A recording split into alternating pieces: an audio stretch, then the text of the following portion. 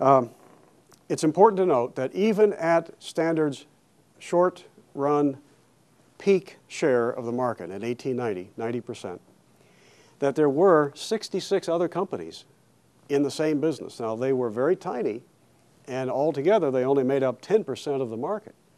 But they were all, like he was at one time, ready, eager, and willing to expand the moment there was such an opportunity. And some of them did. Some of the giants of a few years later, the Pure Oil Company, the Sun Oil Company, are among the 66 that he faces in 1890.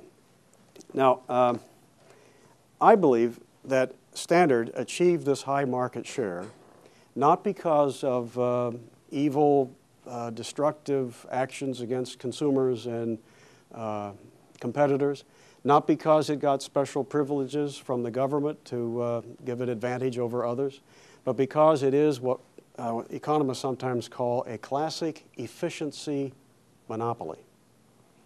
Now, the very term monopoly is really doesn't really apply here, but we use it nonetheless. But an efficiency monopoly is a company that gets a high market share because it does the best job. Not because it's got any artificial advantages bestowed upon it by the government, but because it does such a superb job that people say, that's who I want to buy from. And the question is, well, how did it get to that point? And how long did it last? And how free were competitors to do battle with it? Let me advance 3 reasons why that market share was so short-term. In fact, years before, the Supreme Court in 1911 famously broke up the Standard Oil Trust for questionable reasons. Years before that happened, Standard's share had already fallen well below 70%. Here are 3 reasons why. No entrepreneur has a permanent mastery of market conditions. Sooner or later, somebody else is going to get an edge. In the case of Rockefeller, he thought that the oil boom would, for the foreseeable future, be concentrated where he found the stuff, in northwestern Pennsylvania and in Ohio. He probably believed what the U.S. Geological Survey pronounced in 1890. It said, no oil will be found in Texas. So he's focused on Pennsylvania, seriously, he's focused on Pennsylvania and Ohio, and other entrepreneurs are a little quicker to see opportunities elsewhere. And so Texas becomes developed with Rockefeller way behind in that sphere. Another reason is, remember, he's making money taking crude oil and refining it into kerosene. But by the 1890s, what's Edison done that's going to chip away at any firm that's simply making crude oil or kerosene?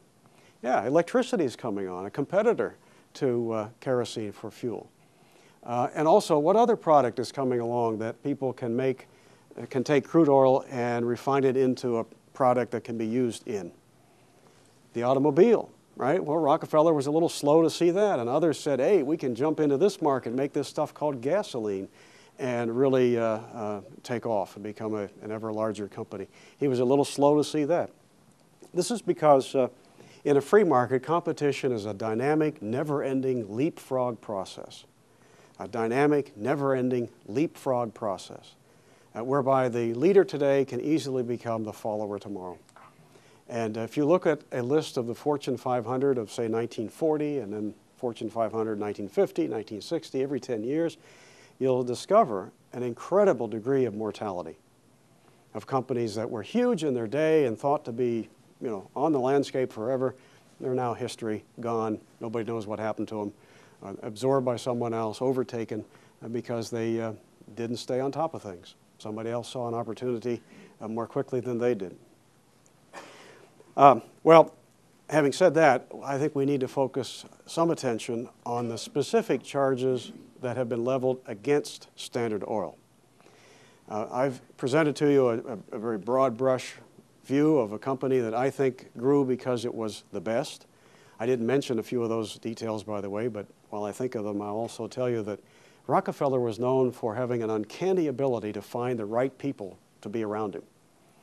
He knew how to find the Archbalds and the Flaglers and the geniuses who could coax more kerosene out of a barrel of crude than anybody else. He just had a knack for that. He didn't lord it over others in his company. He found the best, and he encouraged them and rewarded them, and they helped to carry the company to new heights. Time and again, even his critics acknowledged the fine people he brought around him and how skilled they were and how long they stayed with him. He was just very good at that. One time, there's a famous story, too, about his cost saving. He was quite the penny pincher. He went through his refineries, and he watched every process along the way, including the construction of barrels that the kerosene went into. And, you know, they're made of wood with metal staves around the circumference. And he started to notice how many drops of solder that they were using on the metal staves to hold the wood together, and decided those barrels will hold up just fine with 2 drops of solder less per barrel. And so he started instructing the men to use 2 drops less.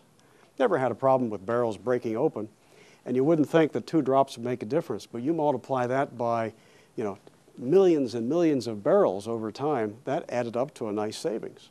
He was famously uncanny with his ability to find such opportunities and then make sure they were implemented. The first charge I want to deal with is predatory price cutting. Predatory price cutting. This is the one that gets probably the most attention in the typical history text.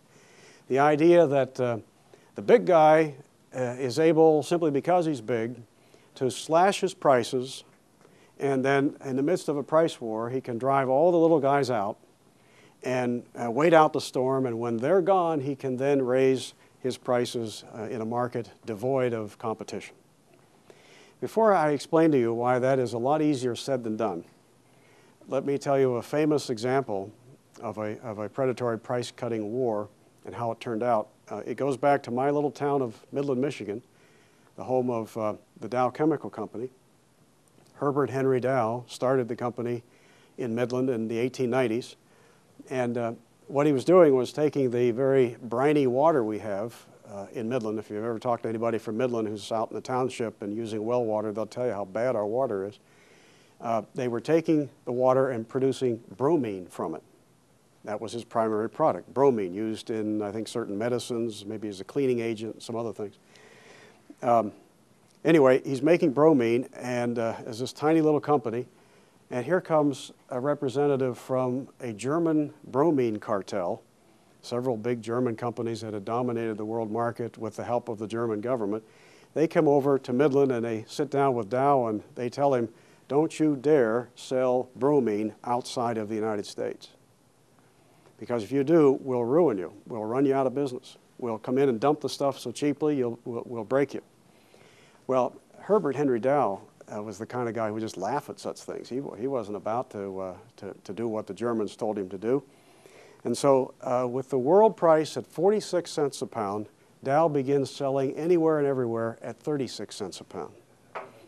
The Germans really get ticked off at this, and they effectively say, well, we warned you.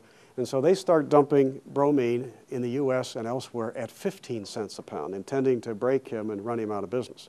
They figured, look, we're the big guys. We got the German government on our side. This is a little pipsqueak with 50 employees in Midland, Michigan. We can run him out in no time at all. Well, unlike the classic textbook presentation of an entrepreneur, they're not fragile little glass balls that get blown away or stepped on by the big guy without a little bit of resourcefulness coming to mind. And so here's what Dow did. He had agents, the Germans didn't know that these agents were his, buy all the 15-cent bromine that these dummies from Germany would dump wherever, repackage it, and sell it for 36 cents a pound in their own backyard. And they kept wondering, where's all this demand coming from? Well, golly, we better meet it, because if we don't, that's a customer for Dow. So they kept flooding the stuff at 15 cents. He kept buying it, repackaging it, selling it for 36 cents. I mean, that's a great way to do business. It's a relatively low risk, and you don't even have to invest in the plant and equipment. The other guy's doing it for you. So anyway, the Germans finally threw in the towel and realized this was an unwinnable war. And when they did, there's Dow sitting on some handsome profits and a nice, growing, booming business. And that's the beginning of the Dow Chemical Company to this day. So To this day, it owes an important element of its origins and early growth to that price war with the Germans. Now, there's a case of predatory price cutting, but the predator was the dummy who turned out to be the prey. And it was the would-be prey that turned out to be the predator, you might say. Well, let's explain why predatory price cutting as a theory is much more difficult to implement than much more easy to talk about than it is to implement. There was a path-breaking article on this very subject written in the October 1958 Journal of Law and Economics by Professor John McGee from the University of Chicago. McGee's an interesting character because he had just assumed that Rockefeller did this. That's what he learned too in high school. But he found there was a dearth of evidence and a dearth of research on the subject. He just found assertions that Rockefeller did this. He wanted to be the guy that kind of explored it and laid it out and explained step by step. And lo and behold, he discovered that Rockefeller didn't do it. And he asserts in his article that furthermore, he would have been stupid to have tried it. And here's how he goes about in his article making that case. He said, first of all, you can look at the empirical record. Prices aren't secrets. I mean, you can see what the price of kerosene was. And he said, all during this time that Rockefeller's firm was getting larger, the 1870s and 80s and into the 90s, the price of kerosene doesn't look like this, doesn't go down and up. It's steadily down. In real terms and nominal terms, it's getting cheaper and cheaper and cheaper. And guess what? The quality of the product is getting better and better all the time. So McGee said, if you just look at the record, you have to wonder where is the point at which the price spikes because the predator is cashing in on his policy. It never happened. And then he goes into economic theory and explains how that tells us why predatory price cutting is far harder to ever achieve than you might think. Here are several reasons why that's the case. First of all, price is only one aspect of competition. Competition takes a lot of forms. Firms compete with each other not only in terms of their prices, but in terms of their proximity to the customer, to maybe transportation advantages, ability to offer long-term, low-price contracts, service, follow-up, connections, lots of ways in which firms can compete. So the idea that price alone is enough to wipe out everybody is probably a bit of a stretch in most, if not all, cases. So even the predatory price-cutting theorist argues, well, yeah, we know a tiny little price difference won't be enough, but the big guy is able to slash his prices, make a big price difference, really attract the other customers, overwhelm all the other advantages that competitors might have, and make price alone the reason to win the war. But we just start out by pointing out that a minuscule price difference is probably not going to do it. It probably has to be a very substantial one, which most predatory price-cutting theorists say the big guy can easily do and absorb whatever losses are involved because he's big. Secondly, large firms stand to lose the most from this policy.